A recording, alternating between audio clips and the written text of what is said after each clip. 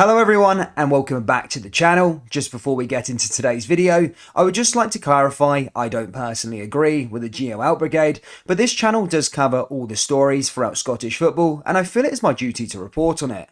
I'll give you my opinion at the end of the video and give you my reason why I don't believe Gio is the problem. Please do hit that like button and subscribe to the channel if you're new for daily Scottish football content. Back in November, Steven Gerrard left Rangers for Aston Villa, and around a week later, former Rangers player Bio Van Bronckhorst was appointed as manager. Gio took over officially after Rangers' disappointing semi-final display at Hampden against Hibernian, and turned the mood instantly as Rangers went on to win all their domestic games throughout November and December that included both Hearts and Hibernian away. Rangers also managed to qualify for the Europa League, beating Sparta Prague at Ibrox and also getting an away draw to Lyon.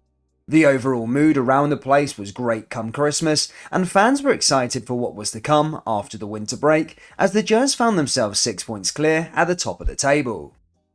However, since the turn of the winter break, we've seen Rangers show a very inconsistent side as they have dropped 12 points across 12 games, drawing to the likes of Aberdeen, Ross County, Motherwell and Dundee United, whilst also losing 2 Old Firm games against Celtic.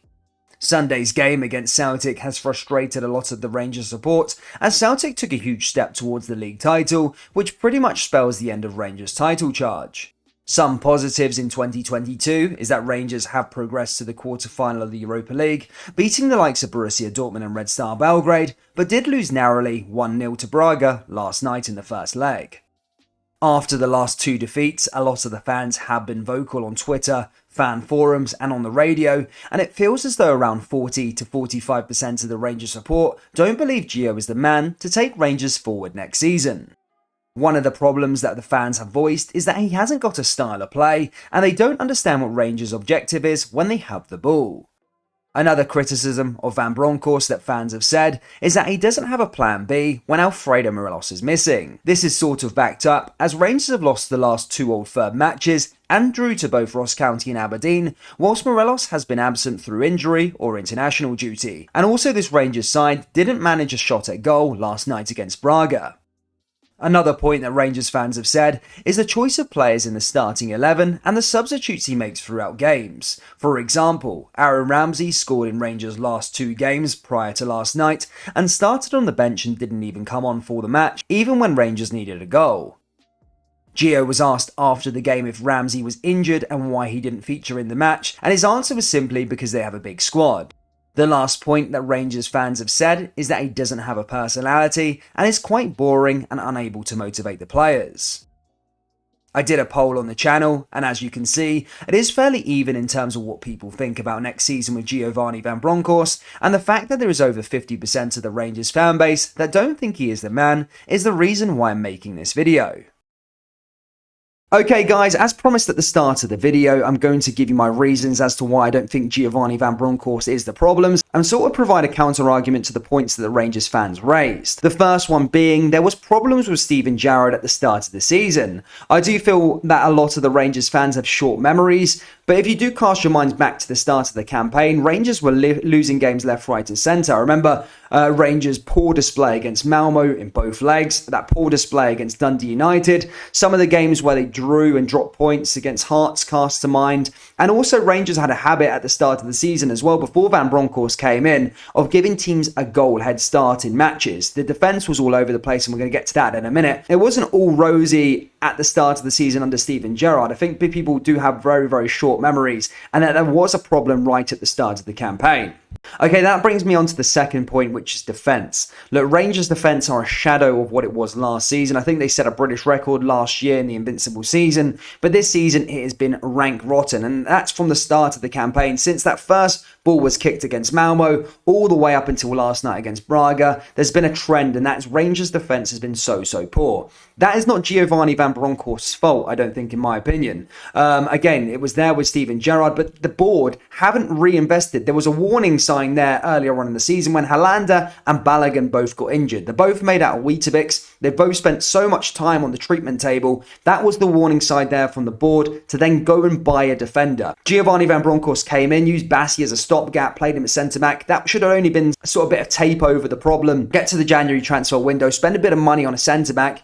They they signed John Souttar on a pre-contract, but they didn't want to spend the money and get him here and now in January. And again, that's part of the problem. So the defence has been a massive, massive problem this season. And I'm not going to blame Giovanni Van Bronckhorst for that. That's the board's problem. Because Rangers in games, like you think of Ross County scoring 3 goals against Motherwell 2-0 up. That's not Giovanni Van Bronckhorst's fault. That's individual errors that have led to goals. So the defence has been ranked rotten, and that has been a huge, huge problem.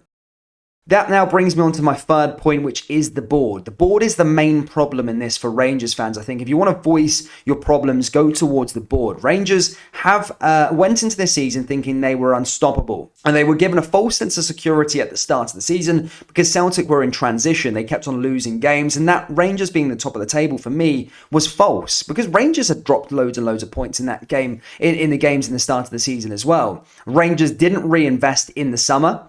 They didn't reinvest from a point of strength, what Walter Smith used to do back in the day and what all good teams should do. They brought in Fashion Sakala, unknown. They brought in a couple of pre-contracts, those being John Lundstrom, Nam Diofabo, who can't play, and I can't think of the other player off the top of my head. But look, they cheaped it out. They went out for the cheap option, then didn't qualify for the Champions League then as a result. And yeah, that was the sort of main outlay. So they should have reinvested from a point of strength. They got to January, again, the warning lights were there. They needed some defenders, and they just signed the wrong players in the January window. Yes, Aaron Ramsey's good. Yes, Amad Diallo could be good. Yes, James Sand's good. But the whole thing was get a new striker in and get a defence sorted out. So the board is the main problem here in this, that they didn't reinvest from a point of strength. Now, this part about Alfredo Morelos, that there is no plan B without him, is very, very true. There isn't. But that's been the case over the last 5 years. Think about under Steven Gerrard. There was no plan B without Alfredo Morelos. I think, in fact, actually there was for a time. It was Jermaine Defoe who came in, but he was really, really good. But Jermaine Defoe was released at the start of the season. Rangers already knew Cedric Itten wasn't good enough. He's ranked rotten. He's crap. And again, Fashion Sakala, again, people were rating him, loving the song and all the rest of it, but he's not good enough to replace Alfredo Morelos. His finishing product is horrendous. It's really, really bad. He runs about a lot, which is cool, great, cool. His finishing product is horrendous. All his shots go over the bar. So Rangers for the last 4 or 5 years haven't got anyone in to be a backup towards Alfredo Morelos. So yes, Giovanni Van Bronckhorst doesn't have a plan B without Alfredo, but neither did the previous managers since Alfredo Morelos has been at the club. So I do think that is a problem, that Rangers don't have a plan B, but that has been the same over the last 5 years. There hasn't been a plan B. The other point that was raised is that his style of play, nobody really knows what his style of play is.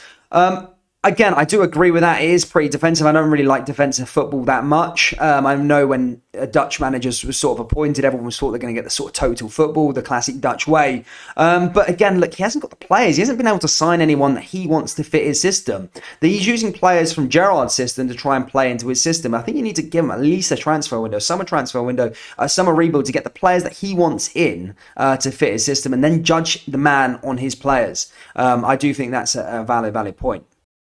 And then my last point, guys, and I know fans don't want to hear this, but I think this team is just at the end of its cycle. It's been 4 or 5 years. I always talk about football teams. If you look at the top level as well, right, Liverpool, Manchester City and all the rest of it, under Pep Guardiola, under Jurgen Klopp, they've recycled the team. The team that they had from winning the first sort of title is different to the teams that are competing this season. You just come to an end of cycle with teams, and Rangers haven't flipped their players the right way. I know people think it's going to be the end of the world when Alfredo Morelos goes, Ryan Kent goes, Joe Aribo goes, but it's not. You're always going to replace these players. Again, I know this is a Rangers video, and I know a lot of Rangers fans will be watching this, and they won't want to look at their rivals across the road, but look at Celtic. Odsonne Edouard, Christopher Ajer. Everyone was talking last season, what are we going to do when Odsonne Edouard goes? What are we going to do when Christopher Ajer goes? They got sold. They got 2 new heroes in. They got Carter Vickers in, and they got Kyogo, and they got Giakoumakis in. It's time for a new hero to emerge once you sell. So more to the point, I just think it's the end of the cycle for this sort of Steven Gerrard team, these players. I would sell maybe Alfredo Morelos, sell Ryan Kent, sell Joe Aribo if they're not going to sign new contracts, get that money collected, which could be 25, 30 million